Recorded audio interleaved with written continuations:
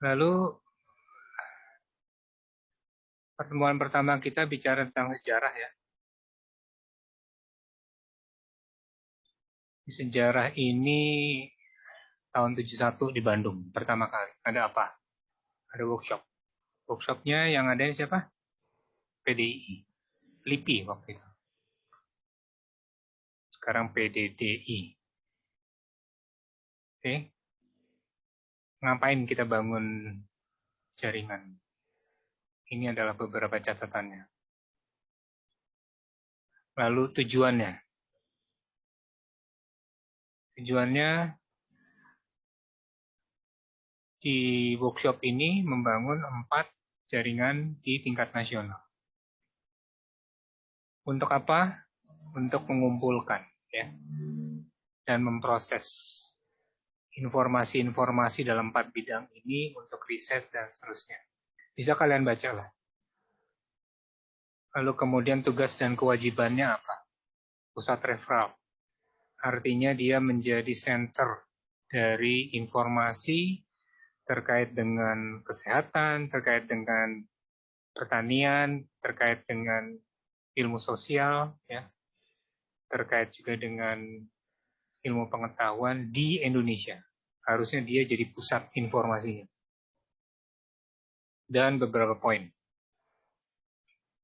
Lalu kemudian setelah tahun 71, kita lihat ada banyak perkembangan. Perkembangan yang muncul adalah banyak jaringan terbentuk nih.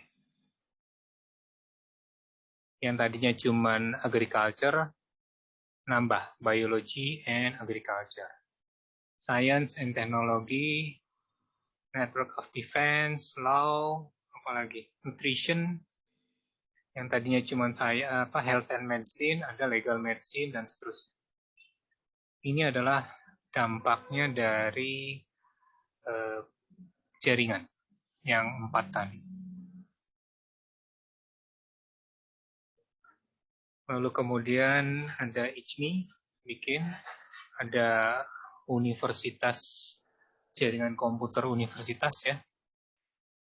Lalu kemudian ada SIKO. Nah,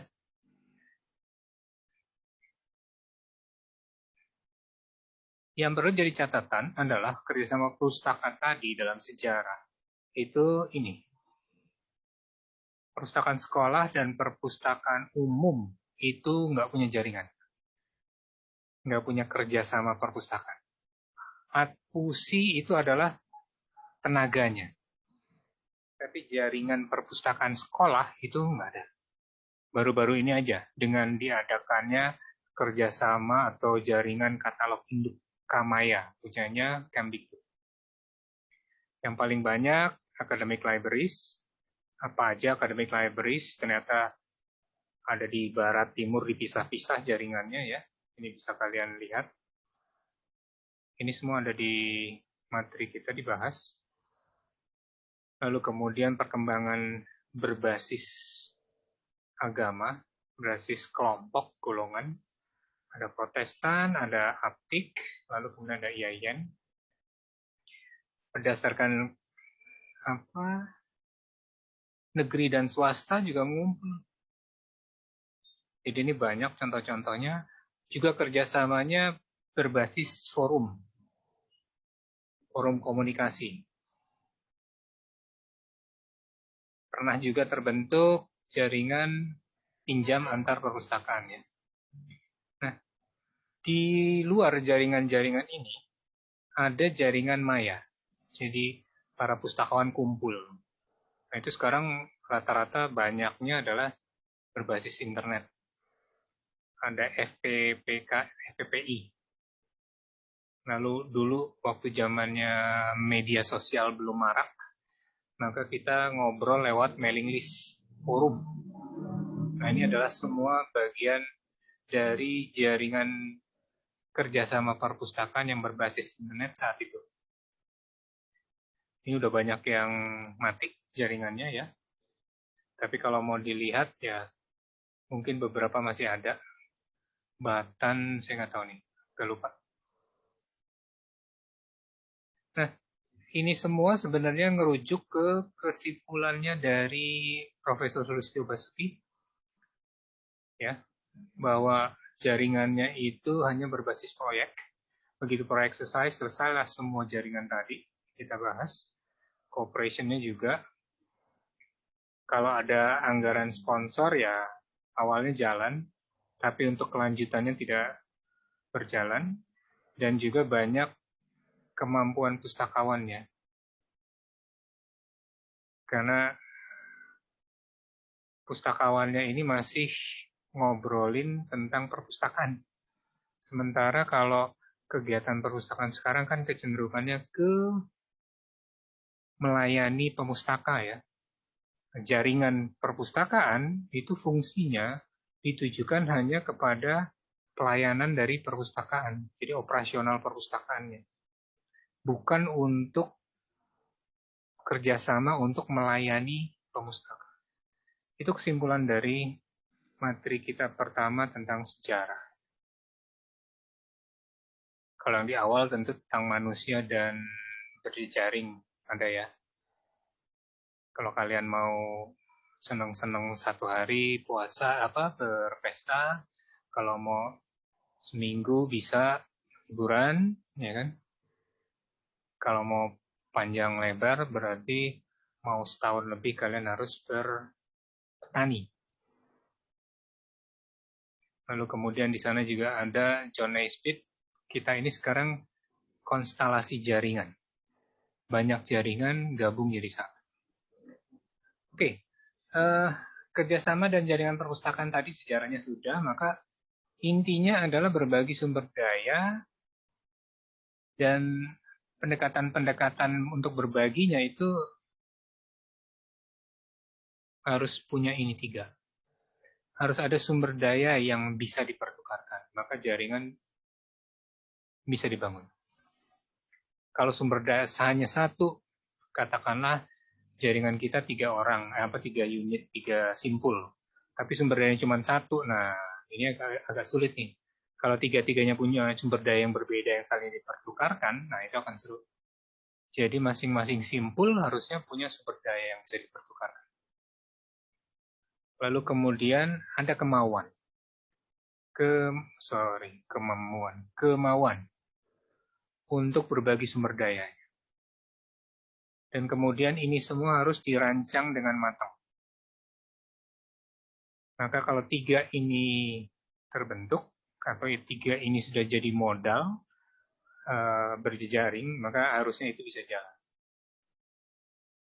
Nah, aktivitasnya apa aja sih?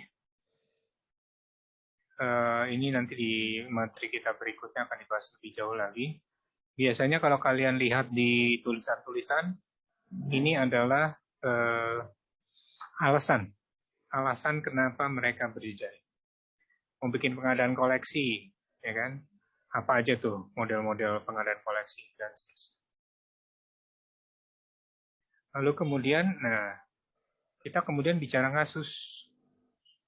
Karena tadi kita udah bicara sejarah, udah bicara tentang dasarnya manusia memang harusnya butuh untuk kerjasama, maka pertemuan berikutnya kita membahas beberapa contoh kasus jaringan. Aptik, IDLN, Indonesia Digital Library Network, Pusdok Info Islam, ya, ada GP, ada apa lagi yang kemarin dibahas,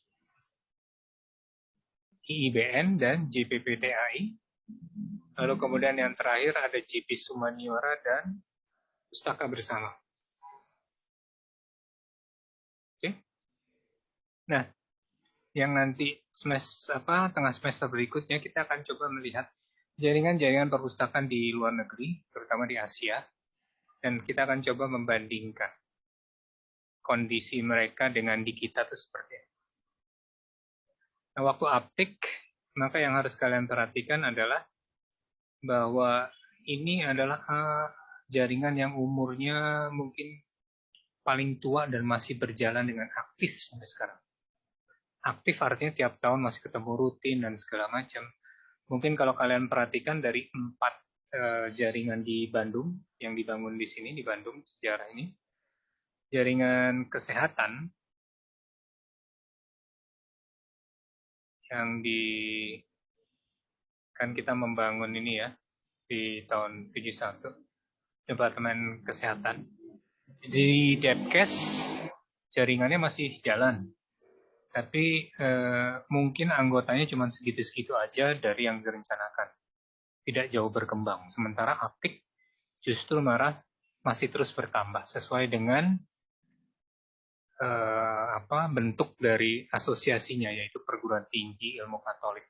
Jadi kalau ada perguruan tinggi baru, gabunglah mereka. Di materi Aptik ini juga kita bicara tentang masalah-masalah. Banyak masalahnya, identifikasinya bisa kalian baca lagi, lalu kegiatannya apa saja. Dan yang paling penting adalah pelajaran apa yang sebenarnya bisa kita ambil dari Aptik. Kalau ini bisa kita manfaatkan atau kita pelajari dari setiap kasus ini, maka lulusan dari mata kuliah ini seharusnya bisa paham. Begitu ada kebutuhan untuk berjejaring, harus melakukan apa. Lalu begitu ada undangan untuk menjadi anggota simpul jaringan, kalian mesti tahu peran kalian di mana. Ya. Jadi kalau ada undangan untuk menjadi anggota simpul jaringan, ya jangan pasif. Karena kalian sudah tahu, kalau semua anggota pasif, pasti ada masalah. Contohnya di mana? Kemarin, Cibis Humaniora. Mau workshopnya didanain sama Perpustakaan Nasional, ya kan? Dia punya anggaran besar. Tapi ternyata Cibis Humaniora tidak lebih baik dari Pustaka Bersama. Coba kalian lihat di webarchive.org-nya itu. Situsnya Cibis Humaniora matinya kapan? Sementara Pustaka Bersama sampai kapan dia masih jalan? Ini umurnya cuma sebentar nih di Cibis Humaniora. Kalau kalian perhatikan baik-baik materi asinkronus kemarin ya, kalian baca, kalian explore informasi lain yang ada di situs yang saya berikan ya. Nah, dibandingkan dengan Aptik, sebenarnya kita juga punya Pustok Info yang berbasis Islam. Ada GP, ya kan?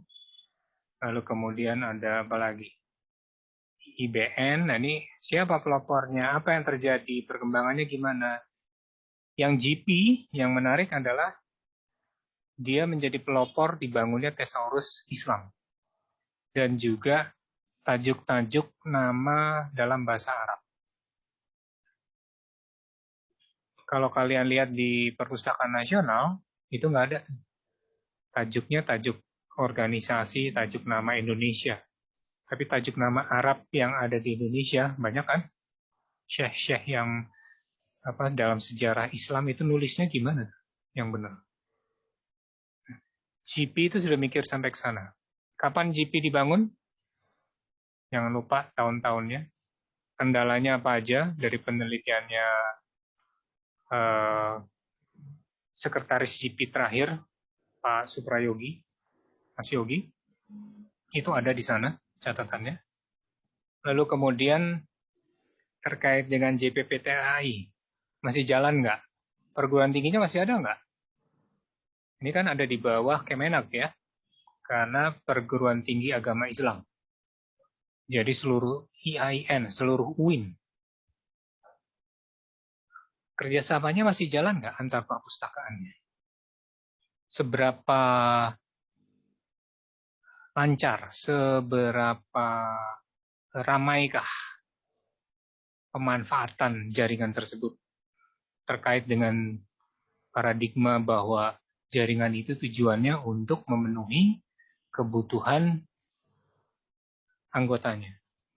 Nah, di JPPTAI ini, masalah hambatannya, kalau kalian lihat, dari mulai GP, IIBN, dan JPTAI ini juga ternyata masih berhubungan. Dari mulai dana, dari mulai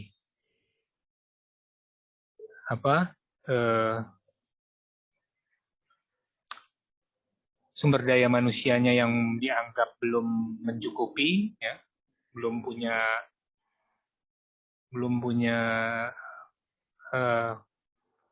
kompetensi yang memadai, ya, ada semua. Nah, dibandingkan antara JB Sumanyo dan Pustaka Bersama, ini levelnya nasional. Lalu kemudian ini Pustaka Bersama ini LSM ya, organisasi kemasyarakatan, individu gitu.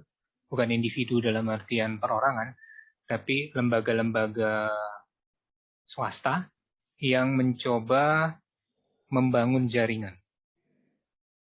Dan mereka paham bahwa teknologi itu bisa membantu untuk bekerja sama. Makanya kemudian mereka membuat katalog induk. Itu yang di Web Archive adalah bukti-bukti sejarahnya. Mereka bisa mengumpulkan sampai puluhan ribu daftar bibliografi, ya. Sehingga kalau mau bicara tentang ilmu sosial di Indonesia, tanya ke perpustakaan itu, ke jaringan ini, mereka udah dapat 40.000 sumber informasi. Nah, ini tadi kita bicara tentang Pustaka Bersama sudah sadar tentang pemanfaatan TIK. Tapi sebenarnya pemanfaatan TIK di Indonesia juga sudah ada. IDLN. Tahun berapa IDLN berdiri? Tahun berapa Pustaka Bersama ada? Nah, ini semua kalau misalnya kita bisa bikinkan timeline-nya, maka informasinya akan lebih menarik untuk dibaca. Ya. Jadi IDLN itu apa? Indonesian Digital Library Network. Ini adalah jaringan perpustakaan digital pertama di Indonesia yang sampai sekarang pun mungkin belum ada. Sifatnya mungkin kelompok ya, kayak tadi Aptik punya jaringan perpustakaan digital. Tapi yang sifatnya menyeluruh, menggabungkan jaringan dalam jaringan yang ada di seluruh Indonesia, ya praktis waktu itu hanya IDLN yang berhasil konsepnya dijalankan, ada yang mendanai, bahkan didanai dari luar, ya jadi contoh ya. Dia memanfaatkan Ganesha Digital Library software di Ganesha. Pelajaran yang diambil apa dari IDLN? Orang luar sebenarnya menghargai loh IDLN. Karena bisa waktu itu kan jadi kandidat untuk model pengembangan perpustakaan digital di negara-negara berkembang. Zaman itu ya, tahun 2000 berapa? 2000 berapa? Ada yang ingat IDLN? Nah, ini tolong diingat. Nah, kalau misalnya kalian sudah download si ini FreeMind, maka kalian buka filenya, tinggal kalian tambahin kapan sih ini DLN berdiri. Jadi nanti kalau mau belajar, mau ujian, kalian tinggal ngecek tahun berapa, 2000 berapa. Nah, Aptik kapan berdiri, silakan dilengkapin. Dan itu adalah jadi catatan kalian. Enak kan kalau belajarnya kayak gini? Semuanya tersedia dengan... Nah, lanjutnya, nanti di tengah semester berikutnya kita akan bicara lebih banyak lagi tentang teknologi informasi dan komunikasi dalam berjejaring. Oke, sampai dengan tadi pagi sekitar jam 9-an saya tidak melihat ada pertanyaan-pertanyaan yang ingin dibahas. Di materi JIBIS tidak ada yang mencantumkan pertanyaan sampai tadi pagi. Saya nggak tahu hari ini. Jam segini udah ada belum? No entry yet. Jadi saya anggap kalian sudah paham apa itu JIBIS ya. Begitu juga saya ingin lebih tahu tentang di materi sebelumnya, GP, kita juga nggak ngeliat. Saya juga nggak ngelihat ada pertanyaan.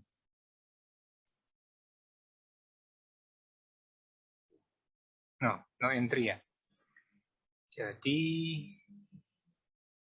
saya nggak bisa bahas juga apa, nggak tahu juga nih. Sebenarnya kamu paham atau tidak?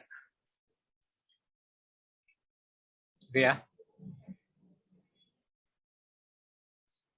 Kalau kalian buka lagi materinya, sebenarnya bisa kalian langsung tambahkan di sini. Apa sih masalah di Aptik? Apa di PowerPoint? PowerPoint Aptik apa? Ada yang masih ingat? Anggaran, Pak. Anggaran. Anggaran. Ya udah, berarti SDM. kan tinggal tulis di sini. Masalahnya apa sih? Anggaran. Anggarannya gimana? Lalu ada SDM. Ini kan anggarannya ada yang dari universitas, ya kan? Ada yang dari fakultas.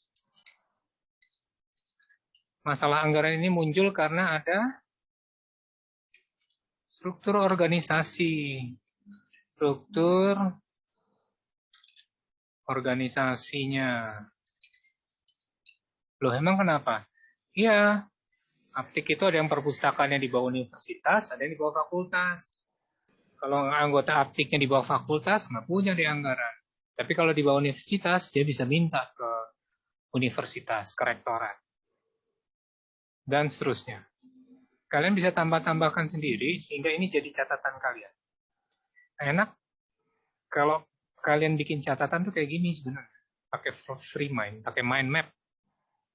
Yang kalian tulis kata kuncinya aja. Nggak perlu kalian nulis macam-macam kan. Dengan begini saya cuma mengingat, oke, kita sudah membahas Aptik, IDLN, apa aja masalah di IDLN. Kata kuncinya apa di IDLN? Ada jaringan, ya kan? Masih yang dial up dan segala macam. Apalagi ini di JPPTAI kemarin begitu dikasih apa? Dikasih komputer, berapa lembaga yang dikasih komputer, berapa yang jalan, bisa kalian tambahkan di sini informasinya. Setelah pelatihan dan apa? Pemberian sarana komputer, tinggal berapa orang, tinggal berapa lembaga yang jalan di JPPTAI. Kemarin kan ada catatannya kalau kalian lihat di PowerPoint-nya. Di sana terlihat setelah pelatihan untuk gabung dalam IDLN, ternyata mereka punya kendala kan, nggak bisa nyambung ke server. Jadi mereka bisa nyambung ke server waktu pelatihan setelah balik ke tempat masing-masing, nggak bisa lagi ngobrol dengan servernya IDLN. Hasilnya, ya berhentilah JPPTI. Kan gitu. Lalu kemudian, ini tahun 2008-2009, muncul SLIMS dengan UCS. Mereka bekerja sama dengan, apalagi? Dengan UCS. Kemarin lihat kan? Screenshot-nya ada di PowerPoint-nya. Nah, itu semua bisa kalian tuliskan di sini, sehingga nanti kalau belajar, ngingetnya, nggak perlu kalian hafalin, tapi kalian bisa melihat ini loh. Hubungannya apa antar sesama kasus. Sehingga kalau kalian mengambil kesimpulan, kesimpulannya bukan kesimpulan kacamata kuda. Kalian bisa mengambil kesimpulan dari pustaka bersama, GBIS sekaligus dengan memperhatikan mind map ini.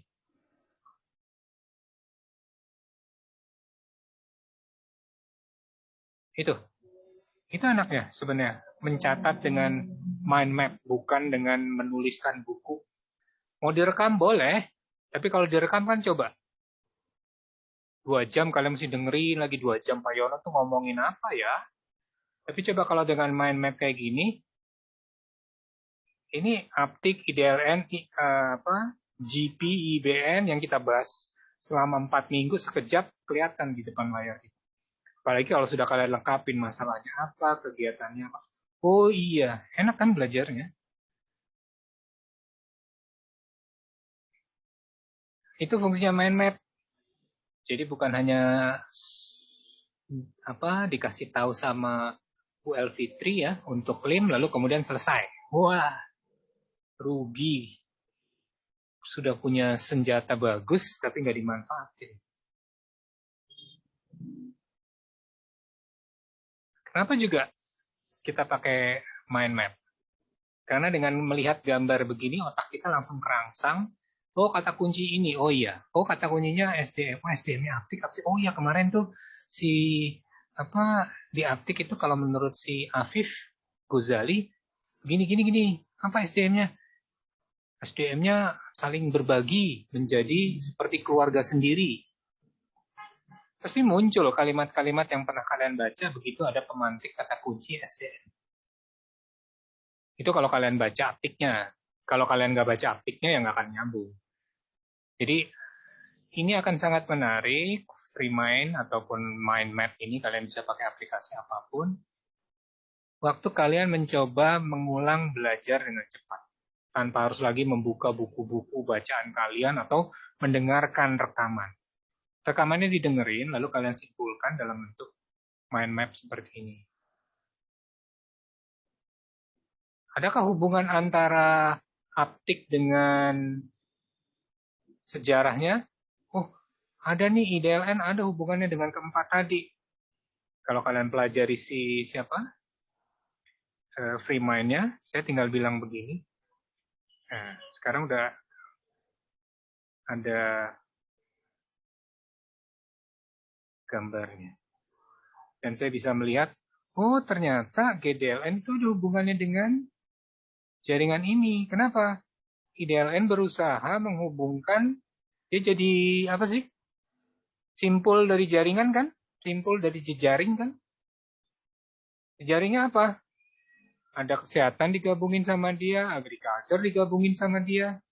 Yang GBIS terbentuk setelah IDLN hilang.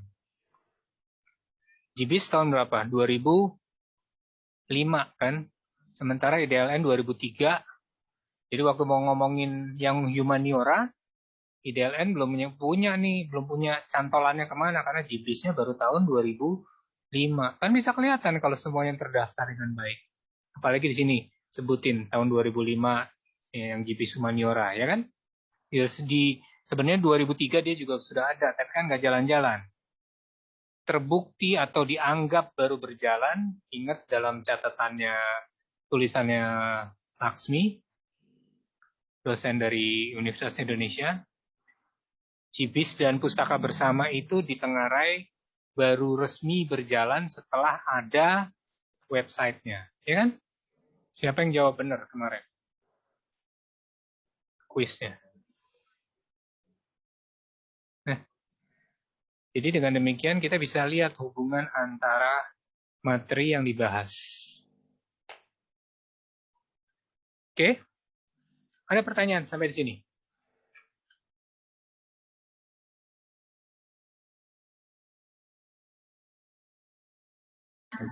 Bapak, saya punya pertanyaan, tapi di luar materi, Pak, mengenai tentang Laragon ya, Pak. Ntar dulu, kita lagi teori. Nanti yang praktek berikutnya. Oh gitu. Teori aja dulu. Ada teori nggak? Udah paham semua nih teori? Tetap ya, kalian bisa praktek, tapi teorinya nggak nguasain juga nanti dibohongin orang. Ya kan? Kalian bisa praktek doang, tapi nggak tahu dasarnya. Begitu ada perubahan sedikit, pasti kalian kebingungan. Karena dasarnya nggak jelas, nggak paham, nggak kuat. Kenapa nggak kuat? Karena teorinya nggak bagus. Nah, itu juga yang jadi kendala. Biasanya ke sana. Makanya sekarang teori dalam masalah teori gimana? Ada nggak pertanyaan? Kalau memang tidak ada, maka berarti nanti tanggal 22 hari Senin materinya sampai dengan hari ini. Untuk yang teori. Ya. Berarti ya materi 1 sampai 6. Kisi-kisi UTS-nya saya akan siapkan sebelum hari Senin insya Allah. Mungkin hari Sabtu ya, karena hari Jumat saya masih ada kegiatan. Gimana? Teori. Siapa yang pakai free mind setelah diajarkan oleh Bu Elfitri? Bu El kan ya yang ngajarin ya, kalau nggak salah.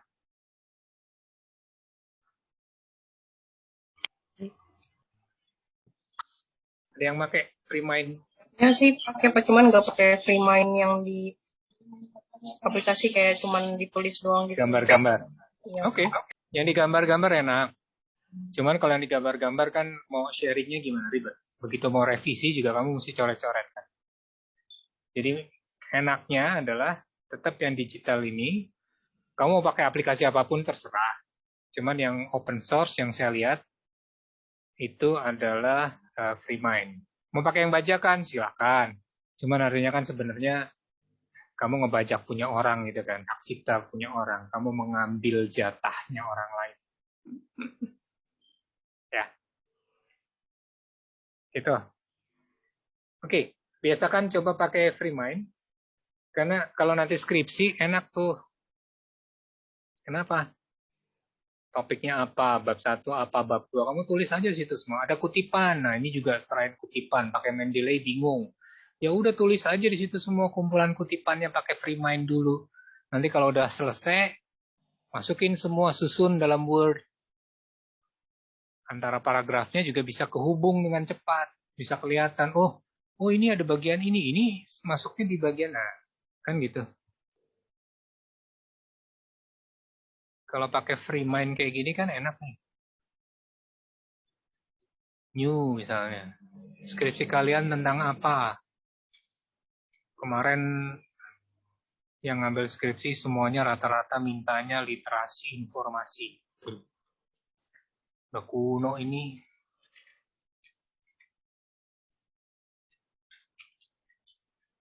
Kan tinggal tulis pendahuluan. Pendahuluannya apa sih? Latar belakangnya apa?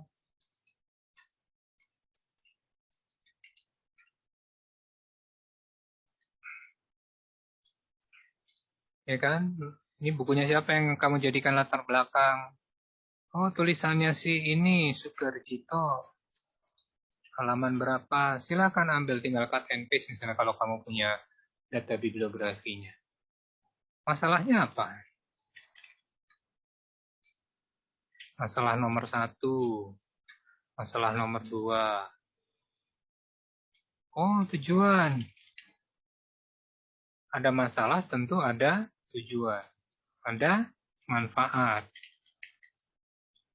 Ada masalah 1, 2, tujuannya cuma 1. Wah, berarti saya mesti cari tujuan yang lain. Kan kelihatan semua di sini. Bab 2. Bab 2 mau dibagi apa aja sih pembagiannya? Oh, literasinya berhubungan dengan subbab satunya apa. Nah, ini semua akan kelihatan. Pak, kalau mau kutipannya panjang, ini kan bisa dikutip panjang. Contoh, coba kita ambil ya. Ada kutipan yang panjang nggak? Kalian ada yang bikin abstrak nggak? Dicontoh. Nggak ada ya?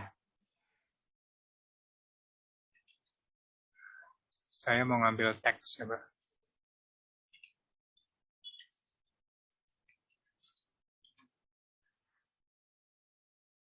Kayaknya image. Oke.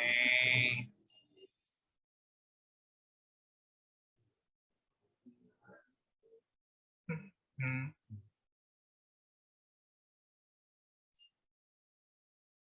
Bisa nggak saya copy? Bisa dong. Ya. Oke. Oke. Copy. Taruh di sini. Misalnya. Nggak mau pakai notepad dulu berarti.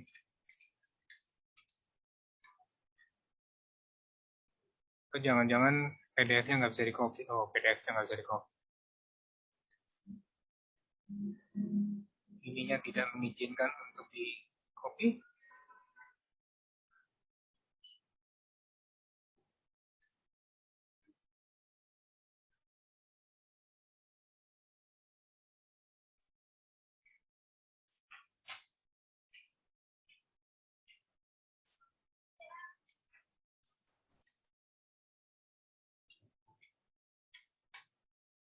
Selesai. Enak kan? Oke, itu free mind. Teori, ada lagi? Cukup jelas semua bahasannya? Jangan sampai ada yang jelek ya. UTS. Habis nggak ada yang nanya nih. Ntar begitu udah UTS-nya selesai, Pak ada perbaikan nggak? Saya nggak belajar ya. Emang nyesel nggak ada yang di depan sih. Nyesel selalu di belakang. Kalau nyesel di depan enak banget ya. Oke, kalau nggak ada, kita pindah ke praktikum. Benar nggak ada? Oke, nggak ada. Sip. Tanya juga di layar ya. Kalau memang ada pertanyaan, silakan. Oke, terkait dengan